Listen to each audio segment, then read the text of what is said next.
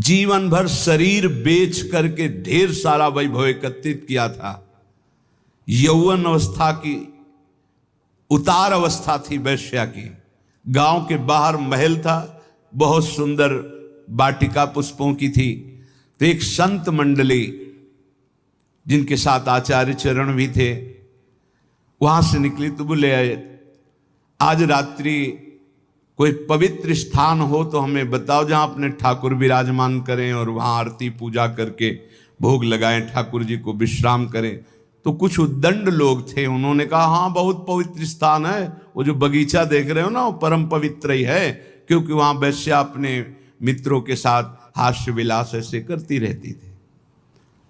संत सरल चित्त, कहीं कोई संशय नहीं, विश्वास, गए वहां, जल छिड़का, सोहनी लगी, ठाकुर जी विराजमान हुए। बस थोड़ी ही देर में भोग लगने के बाद जब आरती हुई, संध्या आरती, तो शंख घंटानाद, वैश्या ने सुना कि मेरे बगीचे में शंख घंटानाद कहां से, मैं तो नीच आचरण कर दृष्टि डाली तो एक से एक परमहंस महात्मा सब। ओहो, मुझ अभागिनी के भाग्य खुल गए, ये भगवत प्रेमी महात्मा कहां से आ गए। अभी तक तो कौओं जैसी चेष्टा करने वाले लोगों का संग ये हंस कैसे आ गए हमारे बगीचे में। आज मेरे ऊपर भगवान की विशेष कृपा, अहेतुकी कृपा, क्योंकि मेरे कोई ऐसे आचरण नहीं जिससे भगवान प्रसन्न हो, क्योंकि बिना भगवान के प्रसन्न हुए ऐसे महापुरुषों का दर्शन कैसे हो सकता है।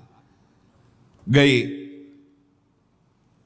स्वर्ण के कुछ मुद्राएं, चांदी की मुद्राएं, कुछ फल मेवा आदि रखकर, महाराज स्वीकार करो। कौन हो तुम? भगवान जिस बगीचे में बैठे हो इस दासी का ही बगीचा है। कौन हो तुम? वैश्यावृत्ति से जीवन निर्वाह करने वाली हूं, मैं वैश्या हूं। कहा बेटा कोई बात नहीं, भगवान के तो सब संतानें हैं, कोई बात नहीं, पर हम लोग तुम्हारा ये फल, ये धन, ये भोग सामग्री नहीं पा सकते, शास्त्र मर्यादा है। तो क्या भगवान हमारे उद्धार के लिए कोई रास्ता नहीं? कहा है, तुम सब संपत्ति, आभूषण ये बेच करके एक रत्नों का हार बनाओ और रंगनाथ जी के माथे पे धारण करो, सारे पाप नष्ट हो जाएंगे, तुम्हें भगवत प्राप्ति हो जाएगी। और आज से वैश्यावृत्ति बंद। भगवान वचन देती हूं, आज तक कभी ऐसा आनंद प्राप्त ही नहीं हुआ था संत समागम का। वचन देती हूं कभी अब इस शरीर को अपवित्र नहीं करूंगी। और सब आभूषण जो जो वैभव बेचने वाला था बेच करके, फिर उसके मन में आया कि क्या मुझे मंदिर में जाने दिया जाएगा।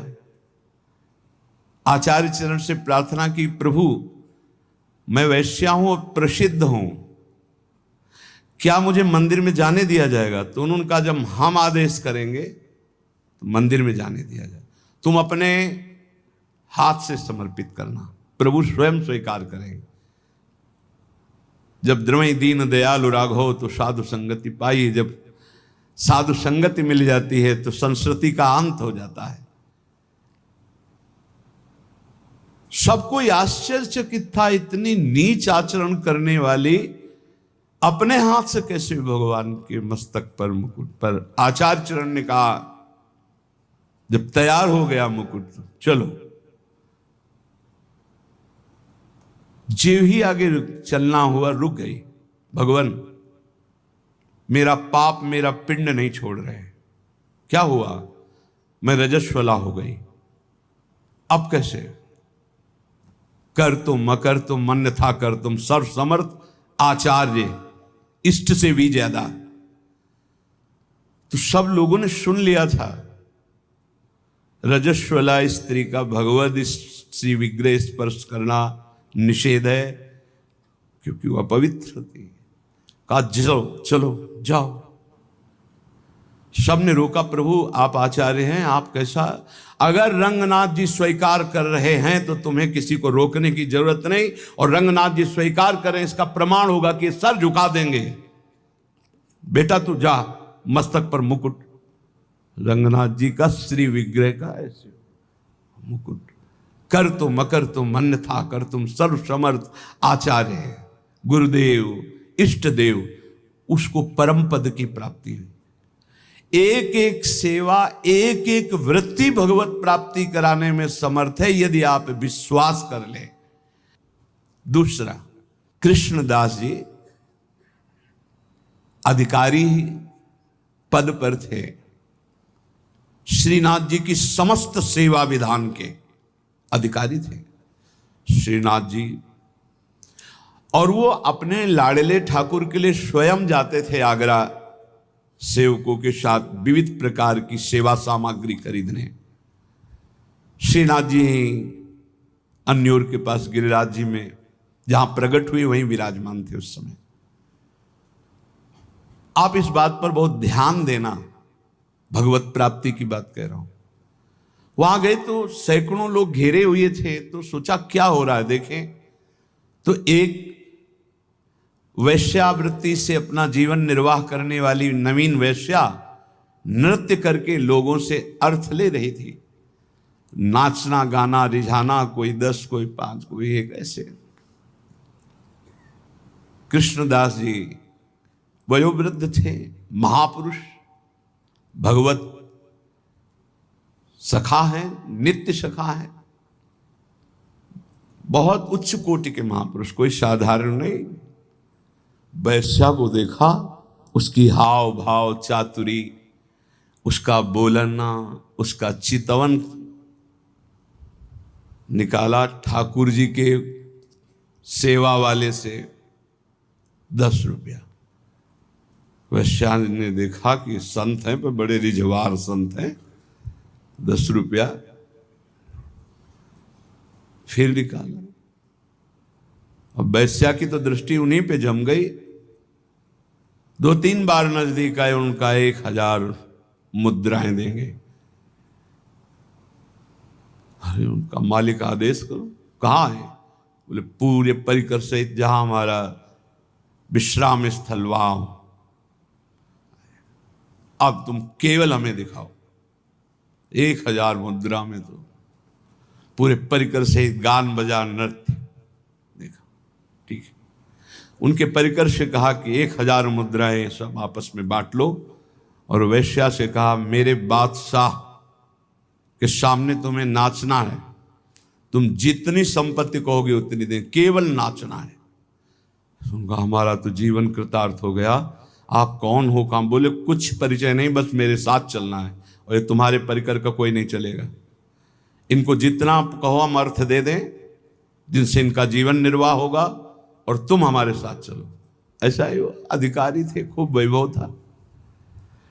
अब तो पूरे गिरिराज जी में, ब्रज में फैल गया कि बुढ़ापा बुद्धि बदल रही है। भाई देखो माया का प्रताप।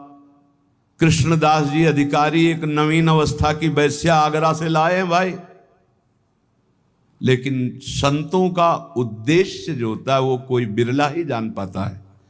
अपनी कुटिया के बगल में एक झोपड़ी बनवाई, विराज रहे, और ब्रज के समस्त महान कुंडों का स्नान करवाया। फिर सुंदर पद पूर्ण रूप से अपनी रस रीति से गाना सिखाया उसे, ऐसे गायन किया है, और अपनी रस रीति के वाद्य। एक दिन कहा चलो आज अपने बादशाह के सामने हम पेश करते हैं। तुमको वैसे ही पेश होना है जैसे बादशाह के सामने पेश हुआ जाता है। अगर मेरे साहब रीझ गए तो जन्म जन्म की बिगड़ी तेरी बन जाएगी। अभी तक नहीं बताया था किसके पास ले जा रहे हैं। बोले चल और देख, ये मत समझना कि मेरे बादशाह मूर्ति है, साक्षात विराजमान है। उसने कहा मुझे तो पैसे से मतलब है, वो मनमानी पैसा देंगे, बस तू रिझा दे। और श्रीनाथ जी के पास जाके कहा प्रभु जब जब आगरा गए हैं तो आपकी पसंद की चीज लाए हैं, आज एक पसंद की वस्तु हम लाए और आपको भेंट कर रहे हैं, स्वीकार करो। वो श्रीनाथ जी को नमन करके जीव ही नृत्य शुरू किया और पूरा पद गाया।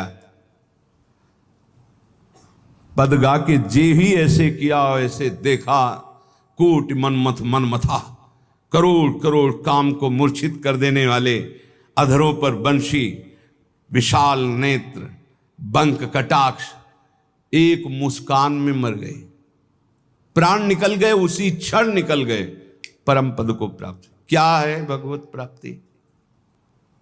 क्या किया इसने अभी तक? वैश्या, संसार के भोगों में लिप्त एक महात्मा की बात मान ली तो भगवत प्राप्ति हो गई। जिस क्षण जीव आचार्य शरण में हुआ, उसी क्षण से आचार्य ने पकड़ लिया उसे। आचार्य प्रकट ही हुए हैं करुणा करने के लिए। सब प्रकार के दुख दोषों का अपहरण करके अपना महान सुख प्रदान कर देते हैं आचार्य चरण। भगवत रसिक जी कहते हैं, जिस दिन से मैं स्वामी हरिदास जी की शरण में हुआ, स्वामी जी ने उसी दिन से अपना लिया और सारे दुख दोषों का हरण करके मुझे महान सुख प्रदान किया। महान सुख जो दुख और सुख दोनों से परे है, अनुकूलता और प्रतिकूलता दोनों से परे है, समत्व, प्रेम, नित्य विहार रस, ये महासुख है। प्रायः हमारी मानुष बुद्धि होने के कारण जब अनुकूलता मिलती है तो लगता है गुरु की बड़ी कृपा है, आचार्य की बड़ी कृपा है, और जब प्रतिकूलता मिलती है तो लगता है शायद वो कृपा हट गई। तो इष्ट आचार्य गुरुदेव क्या स्वार्थी हैं? क्या अल्पज्ञ हैं? क्या वो राग द्वेष करते हैं? नहीं। जिनके चरणों का आश्रय लेने से परब्रह्म परमात्म तत्व का बोध होता है, प्रियालाल का प्रेम प्राप्त होता है, उनमें अपना पराया कहाँ, राग द्वेष कहाँ? वहां तो एकमात्र शरणागति का निर्वाह है। अब वो कई प्रकार से होता है। कभी कभी आचार्य गुरुदेव इष्ट देव की ऐसी करुणा प्रकट होती है जो बड़ा भयंकर रूप लेती है।